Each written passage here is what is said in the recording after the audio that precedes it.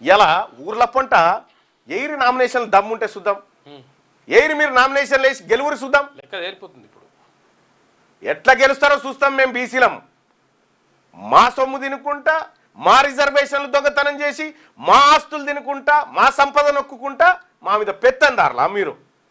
ఏ నైచెలేగా. తొలి రోజు సభానంతరం మంత్రివర్గ భేటీ, బీసీ రిజర్వేషన్ల జీవో జారీపై చర్చ చేయబోతా ఉన్నారట. ఇక 30 తారీఖు నాడు ఉదయం 10:30 ప్రారంభం కానున్నాయి. ఈ మేరకు గవర్నర్ జిష్ణుదేవ్ వర్మ ఆమోదంతో అసెంబ్లీ కార్యదర్శి నరసింహాచార్యులు మంగళవారం ఉత్తర్వులు జారీ చేసినట. 30 తారీఖు నుంచి సభా సమావేశాలు ఉన్నాయి. ఇక ఆ సభల నేను రిక్వెస్ట్ చేస్తా ఉన్నా, బీసీల గొంతు నొక్కడం కానీ, బీసీలు మాట్లాడుతుంటే బీసీలను మాట్లాడనీయకుండా చేయడం కానీ తప్పు. 42% రిజర్వేషన్ మీద ఖచ్చితంగా గలమిప్పాల్సిందే.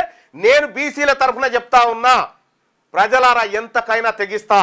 మన రిజర్వేషన్ల మోసం చేసినటువంటి పార్టీలు ఏవైతే ఉన్నాయో వీటిని ఎండగట్టడానికి నా శాయశక్తుల కృషి చేస్తా. నాకు బీసీలు ముఖ్యమా, ఈ పదవులు ముఖ్యమా, లేకపోతే ఈ ప్రభుత్వాలు ముఖ్యమా అంటే నాకు బీసీలే ముఖ్యం. వినాయక చవితి సెలవట, రేపు పత్రిక రాదు.